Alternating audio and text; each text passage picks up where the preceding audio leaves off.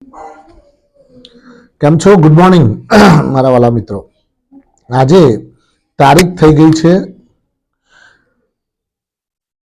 2/3/2026 અને વાર થયો મિત્રો આજે સોમવારનો દિવસ.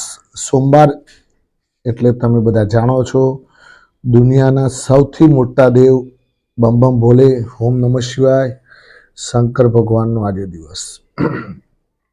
મિત્રો, આજના દિવસે આપણે ગઈકાલે એક તો આપણે હિન્દીમાં થોડું અખતરો કર્યો, સારું રહ્યું ઓવરઓલ. પરંતુ અમુક મારા સબસ્ક્રાઈબર્સ કહે છે કે તમે હિન્દી કરતાં ગુજરાતીમાં તમારી ટિપિકલ લેંગ્વેજમાં મજા આવે છે, તો આપણે થોડું ગુજરાતી કન્ટિન્યુ રાખ્યું છે મિત્રો.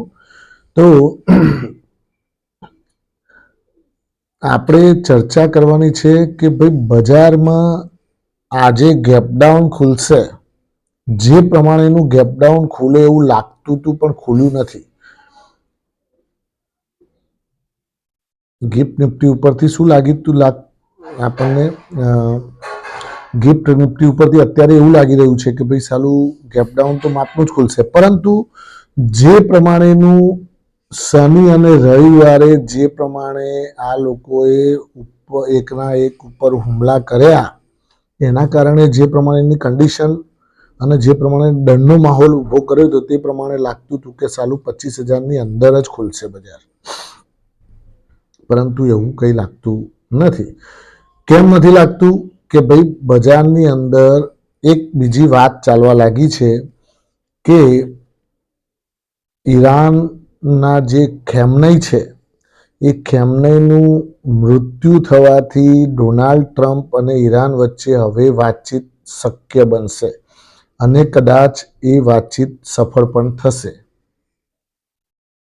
આવી વાત ચાલી છે. કારણ કે જે ખામનઈ તો બિલકુલ ના જ પાડતો હતો કે ના ભાઈ ના, હું તો તમારી વાત માનવા જ તૈયાર નહીં. એટલા માટે ટ્રમ્પને ખામનઈ ઉપર દાજ ચડેલી, અને દાજ ચડી હતી એ દાજ કાઢી નાખી. ખરું ને મિત્રો? એટલે આ વાત આખી આ રીતે ચાલી રહી છે, જેના કારણે સોનું અને ચાંદી જે ઉછળવાનું હતું એ પ્રમાણમાં ઉછળ્યું નથી અને સુસુર્યું થઈ ગયું છે. અને મેં કાલે જ વિડીયોમાં કહ્યું હતું તમને કે કંઈ જ નક્કી નહીં, આજે આ 24 કલાકમાં પાછું કંઈક નવું સ્ટેટમેન્ટ આવે તો કાલે ગેપડાઉન વધારે ન ખુલે અને કંઈક ફાયદો પણ થાય. અને એ જ થયું.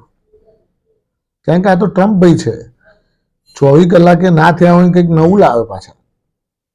એમને બજારને કઈ તરફ લઈ જવું છે એ એમને હોપાય કે તમારે ભાઈ બજારને ઉપર લઈ જવું છે તો એ પ્રમાણે બોલો, નીચે લઈ જવું છે તો એ પ્રમાણે બોલો. પરંતુ આ માર્કેટની અંદર નવી ખરીદારી હાલ કોઈએ કરવાની મારી સલાહ નથી. નવી ખરીદારી મિત્રો હમણાં હાલ કરતા જ નહીં. તમે લોકો શાંતિ રાખજો, સાવચેતી રાખજો, થોડું ધૈર્ય પણ રાખજો. કારણ કે અત્યારે થોડું પાછું આવું લાગે છે, પછી આ તો પાછું કંઈક ટ્રમ્પ ભાઈ છે, પાછા હમણાં રાતમાં કોક કરે, પાછા તો પાછું વધારે તોડી નાખે. એટલે હમણાં થોડું વેઇટ એન્ડ વોચ. કંઈ ઉતાવળ નાસી જતી નથી. પૈસા આપણા ખિસ્સામાં જ રાખો. પૈસા ખિસ્સામાંથી બહાર કાઢવાની જરૂર નથી. ઉતાવળ નહીં કરો. ઘણી વખતે શું થાય, આપણે ઉતાવળ કરવા જઈએ ને અને એના કારણે અમુક લેવલ ઉપર આપણે ફસાઈ જતા હોઈએ છીએ. અને એ ઉતાવળ આપણે હવે કરવાની જરૂર નથી. હવે થોડી શાંતિ રાખજો, થોડું બજારને સેટલ થવા દો. કંઈક 2-4 દિવસમાં શું કંઈક નિરાકરણ આવે છે એના ઉપર હવે થોડી ધૈર્યતા રાખજો. આ એક યુદ્ધના કારણે ઈરાન અને અમેરિકાના જે અમુક ઠેકાણા ઉપર જે ઈરાને જે હુમલો કર્યો દુબઈ ઉપર, અને એમાંય પાછું ઓઇલ જે ફિલ્ડ છે ત્યાં આગળ હુમલો થયો, એના કારણે ક્રૂડ પણ ઉછળ્યું છે. હવે ક્રૂડ આમ લાગતું હતું $90 ઉપર નીકળી જશે, પરંતુ લગભગ $76-75 જેટલું ચાલે છે. એટલે એ પણ મામૂલી 4-5% વધારા સાથે કામકાજ કરે છે, તો એમાં બહુ ચિંતાનો વિષય નથી. હવે આપણે ફટાફટ આ બધી વાત હજુ થોડી કરીશું વધારે. પણ આપણે પહેલાં જોઈ લઈએ કે આપણે શુક્રવારે બજારને ક્યાં મૂકીને આવ્યા હતા. ફટાફટ નજર નાખી લઈએ મિત્રો, સહેજ પણ વાર નથી કરવી. નિફ્ટી મિત્રો 317 અંકના ઘટાડા સાથે શુક્રવારે 25,178 અંક બંધ નિફ્ટી આવી હતી. સેન્સેક્સ પણ 961 અંકના ઘટાડા સાથે 81,287 અંક બંધ જોવા મળ્યો હતો. એફઆઈઆઈડીઆઈના ડેટા જોઈ લઈએ તો એફઆઈઆઈ મિત્રો 7536 કરોડની વેચવાલી કરતા જોવા મળ્યા શુક્રવારે. બમબમાટ બોલાઈ. અને ડીઆઈઆઈએ એના કરતાં પાવરફુલ 12,292 કરોડની ખરીદારી કરી લીધી કેશ માર્કેટમાં. હવે વધનારા શેરો ઘટનારા શેરો પર નજર નાખી લઈએ મિત્રો. તો પહેલા નંબરે મિત્રો તેજસ નેટવર્ક 17.5% તેજી જોવા મળી. રેડિંગ્ટન ઇન્ડિયા 14.7% તેજી જોવા મળી. પછી શારદા એનર્જી 6.3% તેજી હતી. સન ટીવી 5.9% તેજી હતી. એલએનટી ટેકનોલોજી 5.9% તેજી હતી. ચેન્નઈ પેટ્રોલિયમમાં 5% તેજી હતી. જયપ્રકાશ પાવરમાં 4.8% તેજી જોવા મળી હતી. હવે ઘટનારા શેરો પર પ્રકાશ પાડી લઈએ તો હોમ ફર્સ્ટ ફાઇનાન્સ 8%ની મંદી, વિશાલ મેગામાર્ટ 7.7%ની મંદી, જેકે ટાયર 5.6%ની મંદી, ક્રેડિટ એક્સેસ ગ્રામીણ 5.5%ની મંદી, એન્જલ વન 5.4% નીકળી ગયો, એલએનટી ફાઇનાન્સ 5.3% નીકળી ગયો, આર પાવર 5% નીકળી ગયો.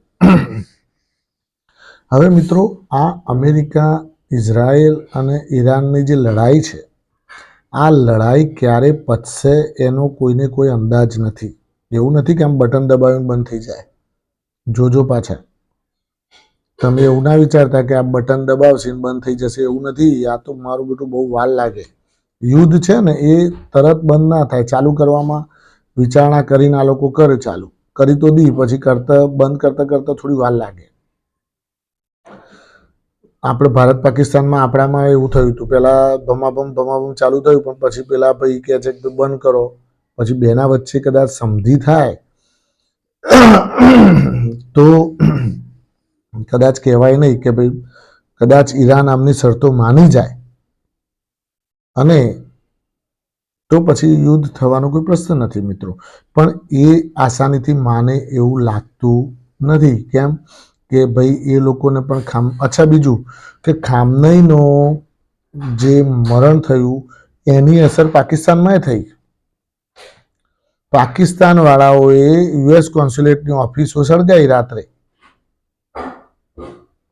એ લોકોએ વિરોધ કર્યો કે ભાઈ આ તમે ખોટું કરી દીધું. આવી રીતે કોઈને ઇન્ટરનેશનલી કોઈ વડાને તમે ડાયરેક્ટલી મારી નાખો, આ તમે ખોટું કર્યું છે. આવા પણ સ્ટેટમેન્ટ્સ આવે છે મિત્રો. હવે વર્લ્ડ વોર 3 માટેની બધી જ જગ્યાએ તૈયારીઓ ચાલી રહી છે. કોણ કોની ગોદમાં બેસે છે એના ઉપર ડિપેન્ડ કરશે મિત્રો. કારણ કે અત્યારે રશિયા છે એ યુક્રેનમાં ફસાયેલું છે. નહીં તો રશિયા અહીંયા ક્યારનું કૂદી પડ્યું હોત, પણ એ અત્યારે ત્યાં ભરાઈ ગયેલું છે. કારણ કે એને લડતા એને થાક્યો છે હવે કે ભાઈ હવે તો મારે અંદર, તમને નહીં જાણો, આમાં તમે કોઈ પણ લડાઈ કરો ને તો તમારો દેશ આર્થિક રીતે થોડો પાછો પડી જાય. લડાઈ કરવું અને બોમ્બ મારા કરવા એટલે બોમ્બ વપરાય એટલે બોમ્બ તો મોંઘા હોય. કોઈ 50 રૂપિયાના થોડા બોમ્બ આવે કે મિસાઇલો આવે. એટલે તમારા દેશમાં એ પાછું જેટલું વપરાયું હોય એ યુદ્ધ પતે એટલે પાછું એટલું વસાવવાનું. હવે એ વસાવવા માટે પાછું શું કરે, આપણો જનતાનો ખિસ્સો ખંચેરવો પડે બાપડા, તો દેશ પાછો પડે. ખરું ને મિત્રો? એટલે બધું જોઈ વિચારી સમજીને કામકાજ થતું હોય છે. એટલા માટે તો સેફ એસેટ, સેફ હેવન જેને કહેવાય છે સોનું, એની લોકો ખરીદારી કરે છે.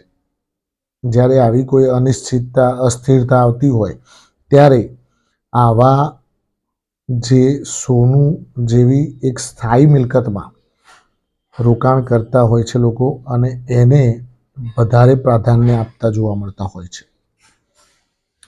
તો મિત્રો આ વાત થઈ ગઈ. ક્રૂડ ઓઇલ આજે થોડું 4-5% જેટલો ઉછાળો દેખાય છે. તો કદાચ એના કારણે મિત્રો ઓએનજીસી અને ઓઇલ ઇન્ડિયા આ બંનેમાં ઉછાળો આવે તો નવાઈ ન પામતા, ગેપ અપ જ ખુલશે એમાં તો કદાચ.